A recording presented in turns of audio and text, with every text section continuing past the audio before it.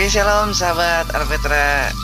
Masih tetap di channelnya Alpetra Ministry yang akan selalu memberikan kepada kita wawasan yang baru ya, dan untuk menambah iman, kasih, dan pengharapan kepada Kristus.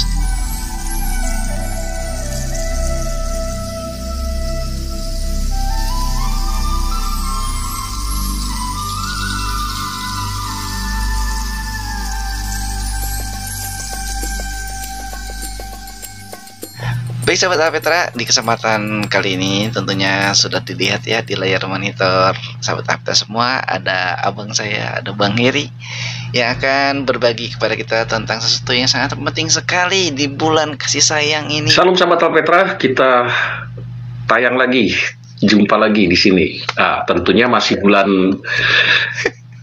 kasih ya, Valentine.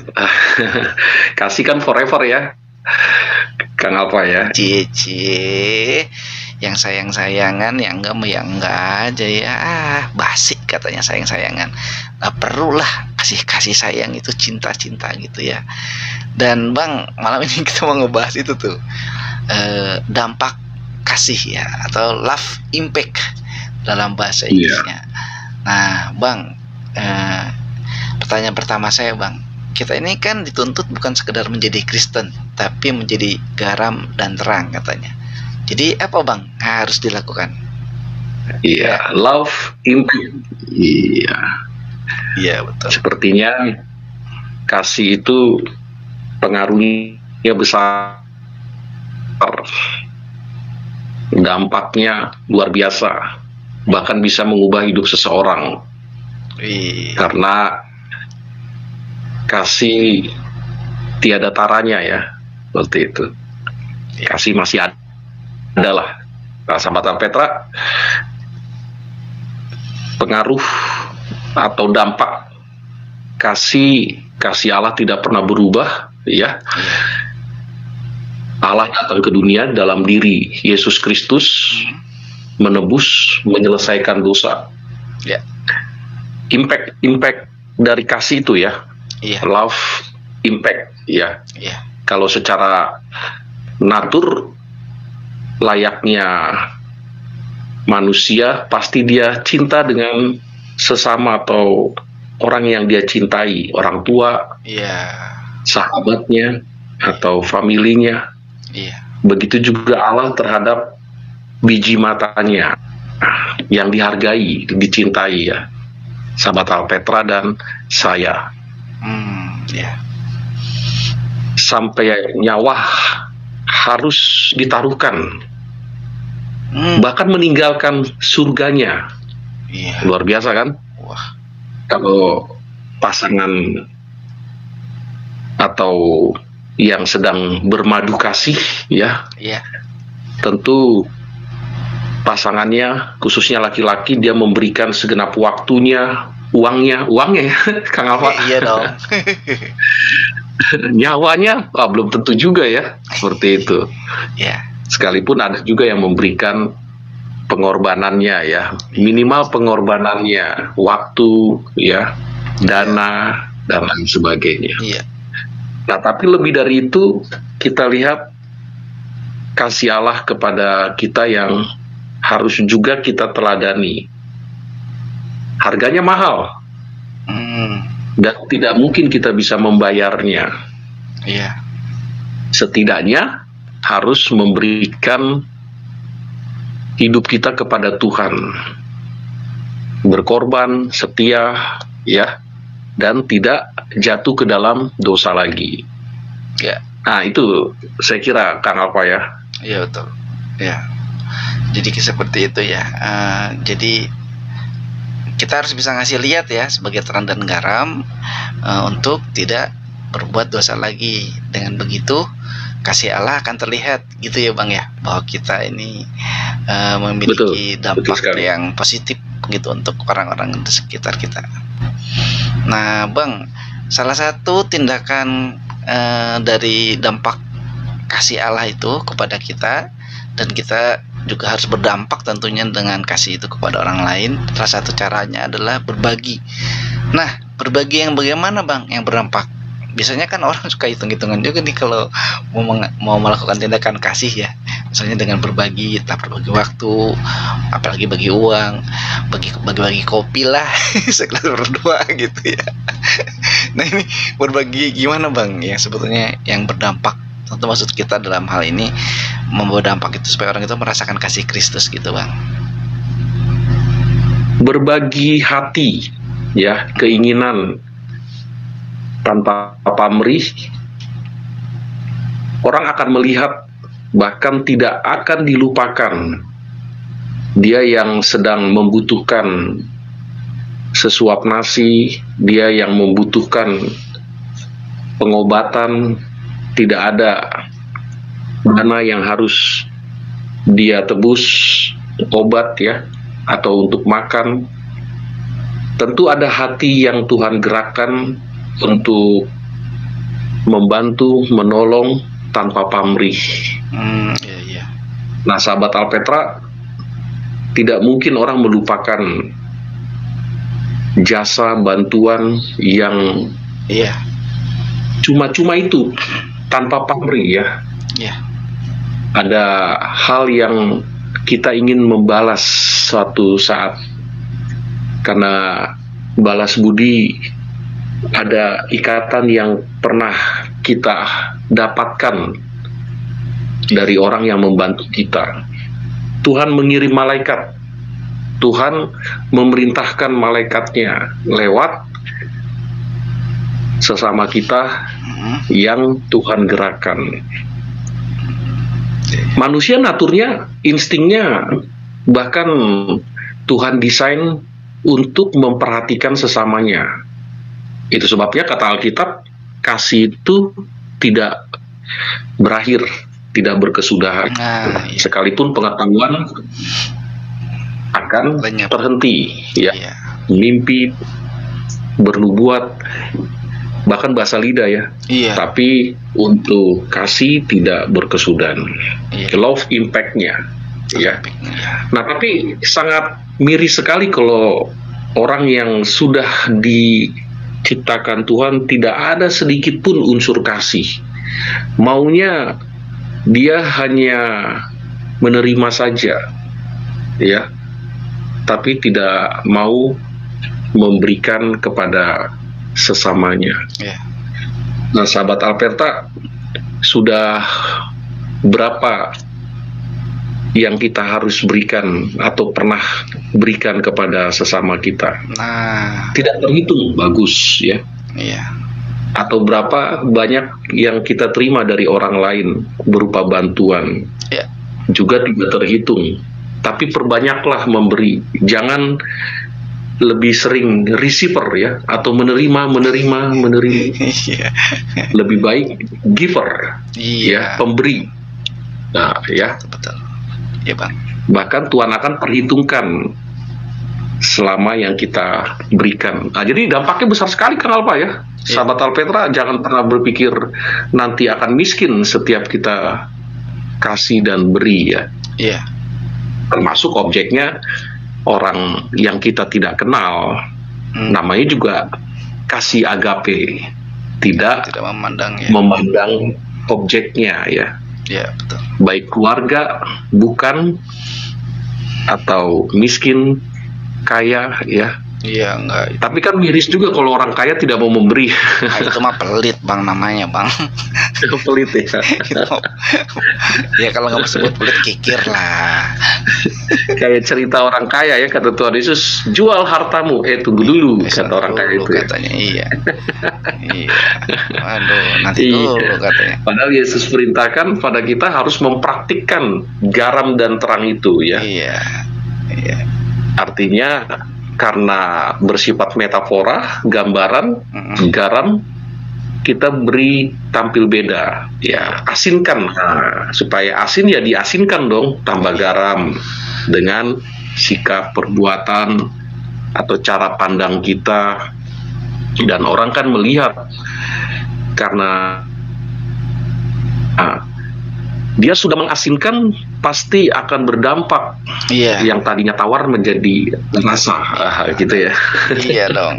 Ya kan? Harus jadi rasa ya di sekitar kita gitu, ada rasanya gitu, tapi bukan rasanya jadi benci juga ya, wah kalau ada saya pada bubar gitu.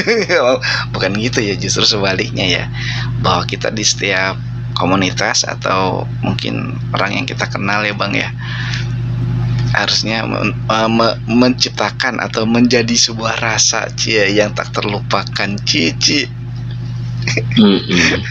Iya kan, karena ini kita masih dalam suasana kasih sayang. Kenapa harus 1 bulan kasih sayang ya Bang? Kenapa nggak setiap hari gitu? Jadi jangan bulan kasih sayang, setiap hari kasih sayang. Ya Bang, ini Bang, dampak kasih Allah kepada manusia itu melalui Tuhan Yesus Kristus itu sebetulnya untuk siapa Bang? Apakah hanya untuk yang mengaku percaya dan menerima dalam hati, atau untuk siapa Bang nih dampak kasih Allah dalam Tuhan Yesus Kristus ini? Nah, ini juga harus diluruskan ya. Yesus mati tidak hanya untuk orang Israel, tidak hanya untuk orang yang dipilih, tapi Yesus mati untuk semua bangsa, semua manusia. Ya, 1 Yohanes pasal 2 ayat 2 ya, untuk semua manusia, umat bangsa ya. Dia mati, bangkit, menebus ya manusia yang ada di bumi ini. Karena oleh satu manusia, yaitu Adam, berdosa, semua mengalami dosa ya.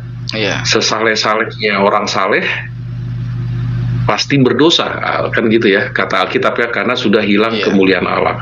Nah, tapi kan Allah mengasihi manusia istimewa, berharga, karena diciptakan sangat baik. Kalau ciptaan yang lainnya cuma dibilang baik doang. Jadi Kang Alfa, sahabat Alpetra kan sangat baik ya, diciptakan Tuhan. Betul. Karena sangat baik, maka ketika berdosa, dan berdosanya itu bukan karena ciptaan Tuhan sehingga dia berdosa. Tuhan tidak pernah berencana manusia berdosa. Ya. Memang Tuhan Maha Tahu. Ya, tapi karena Allah kasih, makanya janjikan juru selamat. Dan Allah berbuat kepada Adam dan Hawa nanti akan ada juru selamat. Nah, itu kan bukti kasih, bukti sayang kepada manusia yang istimewa itu, yang segambar dengan Allah. Hanya saja ketika Allah sudah datang menjadi sama dengan manusia, kalau kita merenungkannya, manusianya tidak mau menerima dia sebagai juru selamat. Nah, itu masalahnya ya. Sudah dikasih-kasih, bukannya diterima, maunya yang bukan kasih, yaitu hukuman. Ya, sudah diberikan anugerah, Yesus itu juru selamat satu-satunya, tapi maunya yaitu kegelapan, hukuman. Tapi karena kasih Allah, siapa yang percaya tidak turut dihukum, melainkan beroleh hidup yang kekal. Nah, begitu juga dengan hubungan relasi dalam pasangan. Allah sudah satukan lewat pernikahan kudus, tapi dibikin tidak kudus, cerai, pisah ranjang. Padahal dulu waktu pacaran ngomongnya romantis, penuh dengan janji, gombal, bahkan dibuktikan lewat emas, lewat kalung, lewat gelang. Apalagi itu pembuktiannya lewat surat, lewat FYP. Wah, viral lah seperti itu. Bahkan pernikahannya mengundang sampai 1.000 hadirin. Gelora Bung Karno. Bahkan MC-nya terkenal. Tapi setelah itu gagal dalam pernikahan. Udah gitu beralibi lagi. Wajar dong manusia karena tidak cocok bercerai. Itu namanya menghina Tuhan. Tuhan yang sudah menyatukan. Nah, ini saya bicara dalam konteks orang Kristen ya. Iya. Kang Alfa, iya betul. sahabat Alpetra, Ya. karena yang menyatukan itu Tuhan Yesus. Iya. Kita meyakini yang menyatukan itu bukan KUA. KUA itu hanya urusan negara. Iya, untuk pesah secara hukum. Makanya waktu pacaran, sahabat Alpetra, waktu pendekatan selektif, jangan nafsu. Iya. Ya. Dan juga melibatkan Tuhan. Iya, betul. Iya.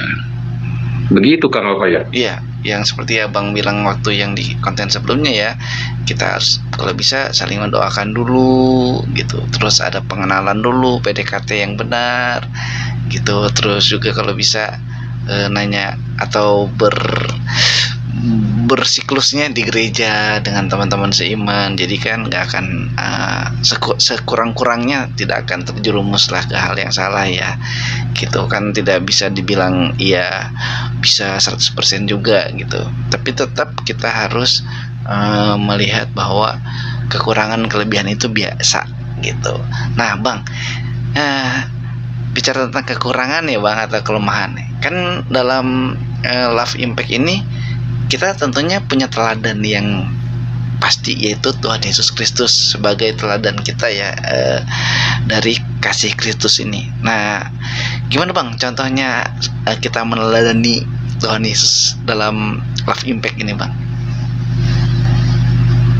Ya, Tuhan Yesus mengatakan ikutlah aku. Ya. Bahkan Paulus bilang tirulah aku. Ya, karena Paulus sudah memberikan teladannya. Tuhan Yesus dalam khotbah di bukit Matius pasal 5 sampai pasal 7 memberikan banyak ajaran tentang kasih. Ya, kalau ada yang menampar, jangan semakin ribet ya, atau dilawan. Iya.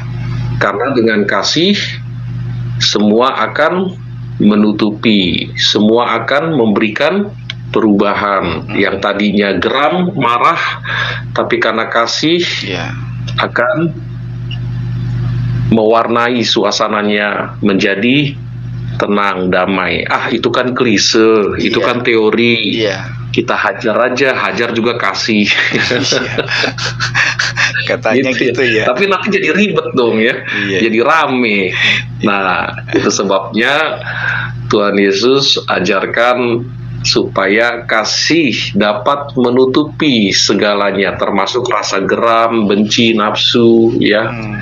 Ada upaya untuk ribut, ya, atau menghadirkan pertikaian nanti, bahkan permusuhan. Nah, kasih menutupi segalanya, ya. Itu. Atau kasih memberikan nuansa atau warna tersendiri di tengah-tengah peristiwa atau kejadiannya, apa sajalah, ya.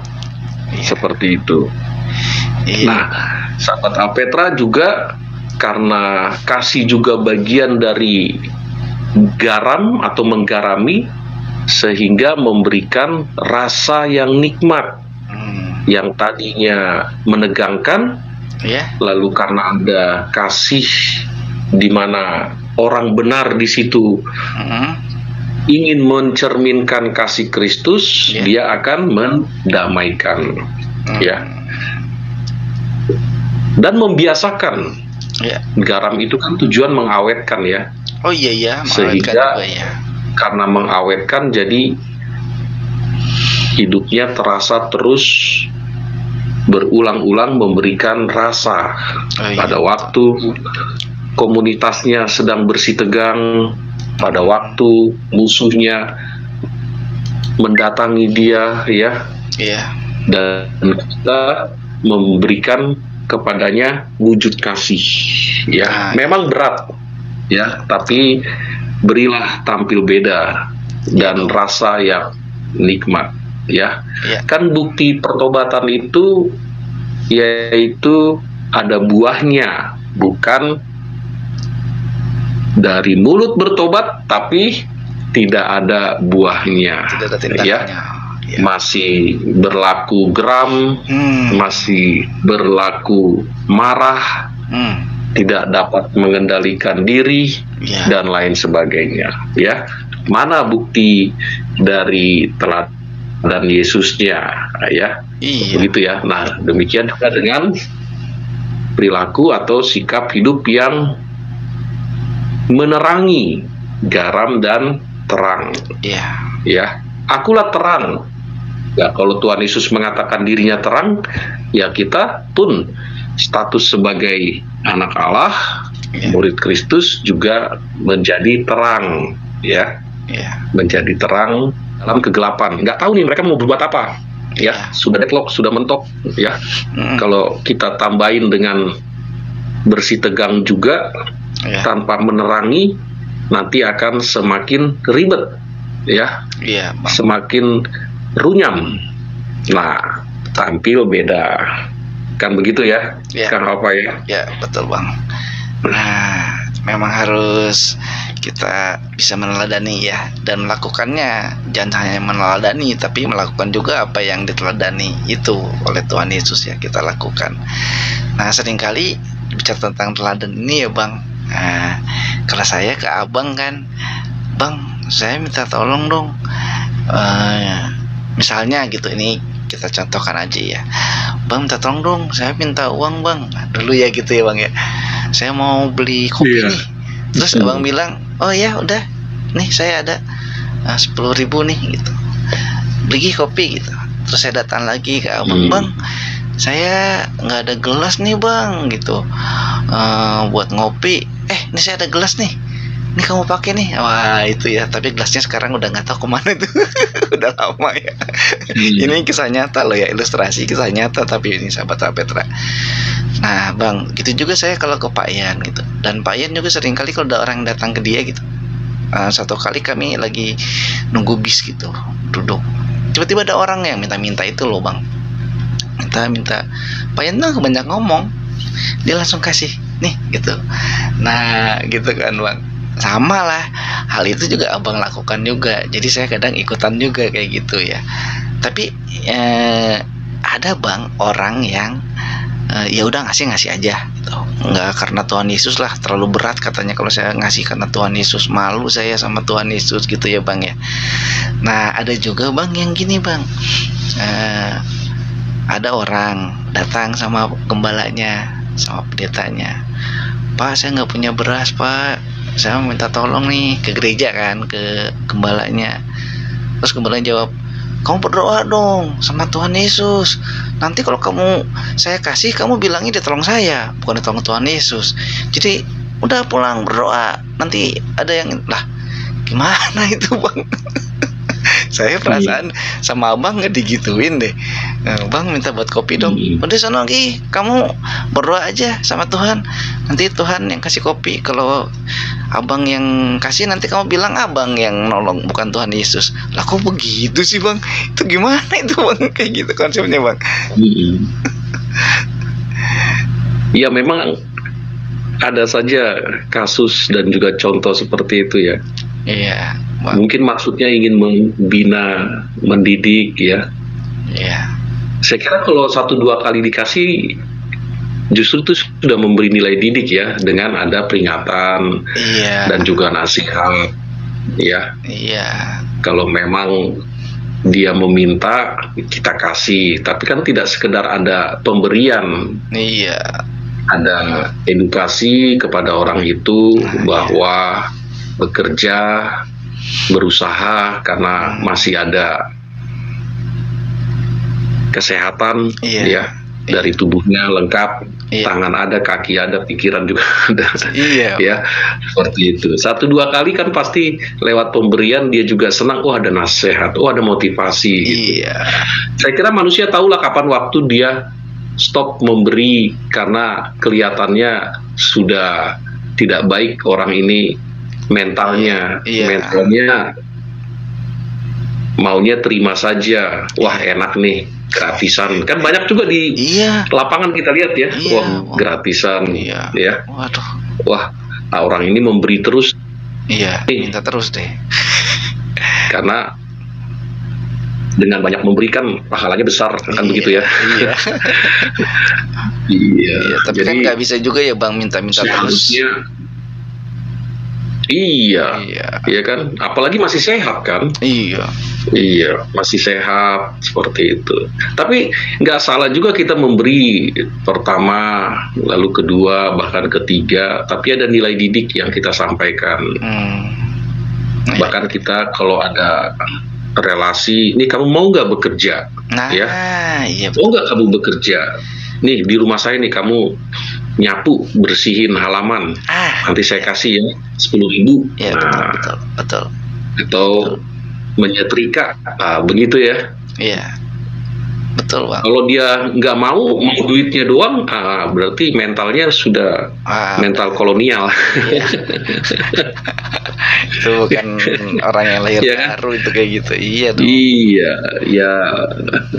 Ada yang begitu, ada, saya lihat sendiri ya. Bang, iya betul. Orangnya di situ-situ aja berharap ada yang ngasih. Dapat, iya, dapat uang, dapat makanan pagi, siang, ya kan? Ya orang juga masa bodoh. Yang penting dia ngasih nanti dapat pahala, dia ngasih nanti dapat mahkota, dia ngasih nanti dapat. Gitu kan, ada orang juga punya image begitu memberikan, betul gak Kang Alfa ya? Iya, itu makanya ada orang jadi motifnya ya supaya dapat pahala, motifnya supaya nanti akan banyak rezeki. Iya. Nggak salah juga, asalkan dia juga taruhkan kepadanya nilai didik, ya seperti itu, supaya mentalnya tidak mental apa? Ngemis-ngemis lah, janganlah masa ngemis-ngemis itu. Iya kan? Iya. Bang, jadi saya pengen nanya nih Bang, kalau gitu dalam biar kita melakukan dampak kasih itu, berarti ada pertimbangan ya Bang. Nah, jadi pertimbangannya gimana tuh Bang? Ya, kadang-kadang karena dia punya keyakinan di belakang ya, atau di hatinya, sehingga ada alasan kenapa dia memberi, ada alasan kenapa dia tidak memberi ya. Padahal Alkitab banyak mengajarkan ya dengan tulus, dengan tidak memperhitungkan apa ya, atau melihat apa ya, seperti janda miskin ya, apa yang dia punya itulah yang dia beri ya, dan itu sedikit. Nah, Yesus memakai itu sebagai contoh atau teladan ya, memberi atau mempersembahkan itu ya, maksud saya. Nah, memang di belakang dari pengetahuannya ya, keyakinannya, itulah yang menjadi alasan kenapa dia memberi ya, seperti itu. Ya kalau memang dia dari hatinya nggak memberi ya biarin aja ya. Tapi ya masa orang nggak memberikan gitu juga kan ya. Masa orang nggak punya keinginan untuk memberi karena memang dia butuh. Tapi saya sih lebih senang ada motivasi yang disampaikan juga kepada si penerima. Itu ya. Jadi kasih yang mendidik ya Bang ya. Penerima mendidik ya, mendidik supaya dia juga punya reaksi. Wah, saya harus bekerja. Begitu. Ada bekerja, ada dapat imbalan. Begitu ya, untuk si penerima itu ya. Karena sering saya melihat dia duduknya di situ terus di sudut-sudut itu karena banyak orang lewat di situ. Kadang-kadang saya tertawa juga ya. Tapi ada juga orang yang tidak mau minta-minta ya, atau itu malah lebih bagus ya Bang. Iya, dia yakin Tuhan pasti akan kirim. Wah, itu ada tuh begitu tuh. Bahkan dia bersaksi. Nah, sahabat Alpetra mungkin itu cocok kita teladani ya. Iya, betul. Iya. Pasti, karena setiap kesaksiannya dia selalu katakan, saya bukan mental minta-minta, saya berdoa saja sama Tuhan. Pokoknya saya mintanya sama Tuhan saja, pasti Tuhan kasih. Dan betul ya, lewat kesaksiannya dia bilang Tuhan kirim.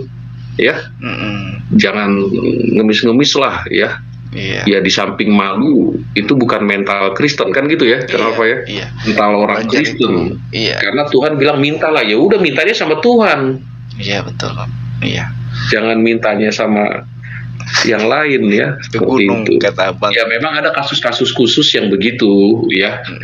Ya, ada seperti itu, tapi kita juga harus bertanggung jawab ya, misalnya mengembalikan kalau memang itu minjam ya. Iya. Ini udah ditagih, yang ngutang galak. Iya, itu sampai kasus-kasus juga ya. Aduh. Iya. Sampai banting-banting meja. Iya kan. Didatengin ke rumahnya. Iya. Dikasih kopi kek. Iya. Kan udah diutangin, ini malah ngajak ribut ya. Iya. Kadang ya memang gitu sih ya, gitu. Pinjemnya bukan sementara, pinjam tahun. Iya. Jadi kadang-kadang iya, makanya kalau bisa ya ya udahlah, minta aja buat Tuhan, udah Tuhan, saya nggak ada duit nih gitu. Iya, nanti ada caranya lah pasti. Saya juga belajar terus tentang itu ya bang.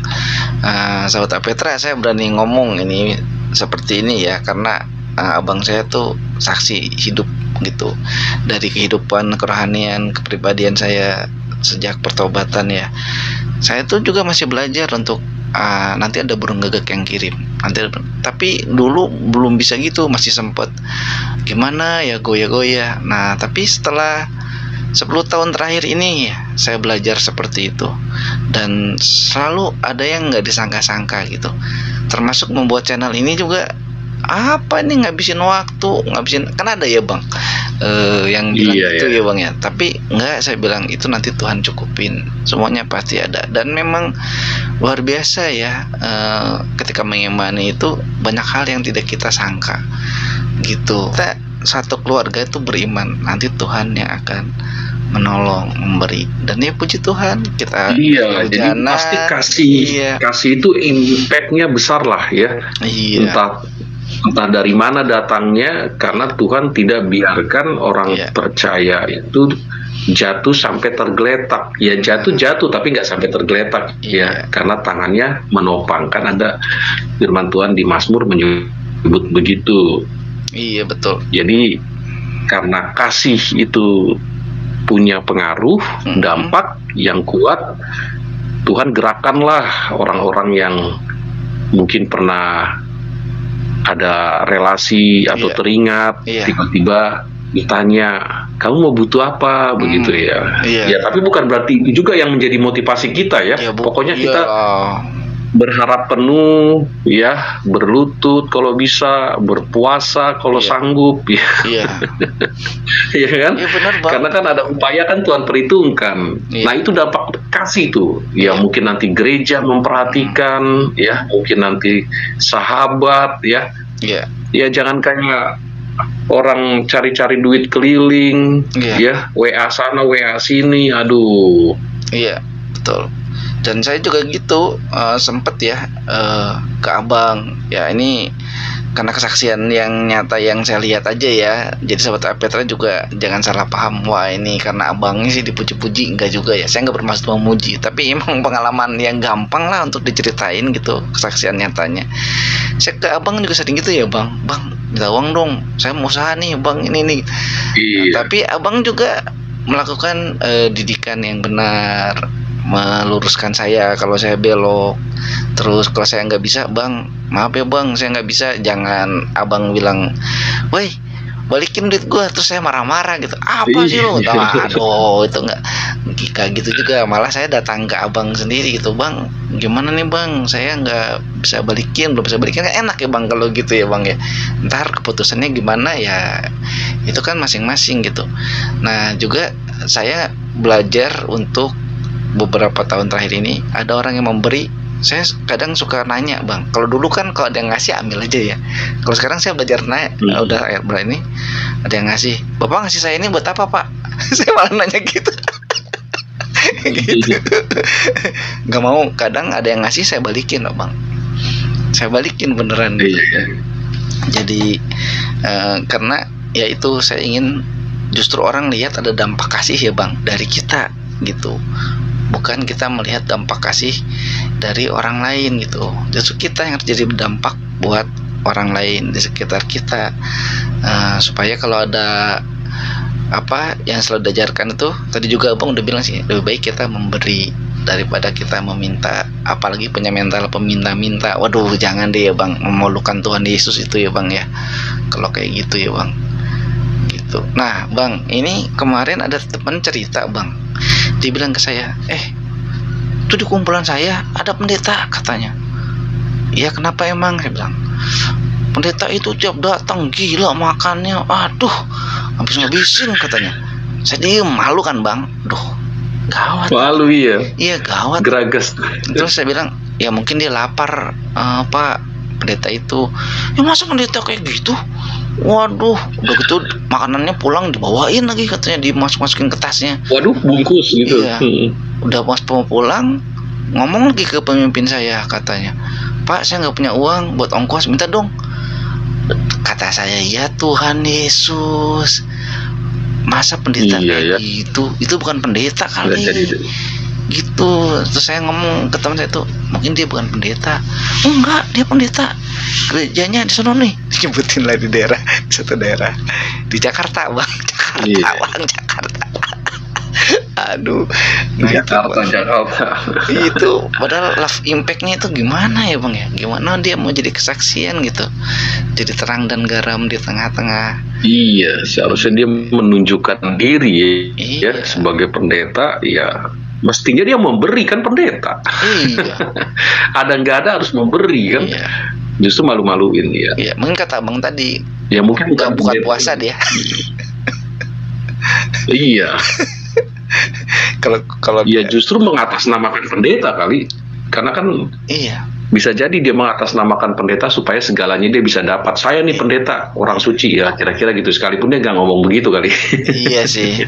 Tapi sangat sayang kan. Karena dipikir dia kan pendeta diutamakan, dipikir dia pendeta dinomorsatukan, bahkan dihormati ya. Iya, justru jadi cemooh. Iya, makanya ya ini buat semua rekan-rekan pelayanan ya, baik rekan-rekan yang sudah jadi gembala sidang, baik para penginjil, para misionaris yang ada di ladang Tuhan saat ini. Saya mohon dengan segala kerendahan hati, jangan sampai meminta-minta ya.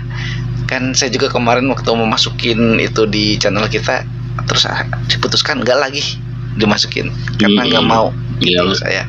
Kalau memang ini adalah pekerjaan Tuhan, pasti Tuhan yang akan ngasih.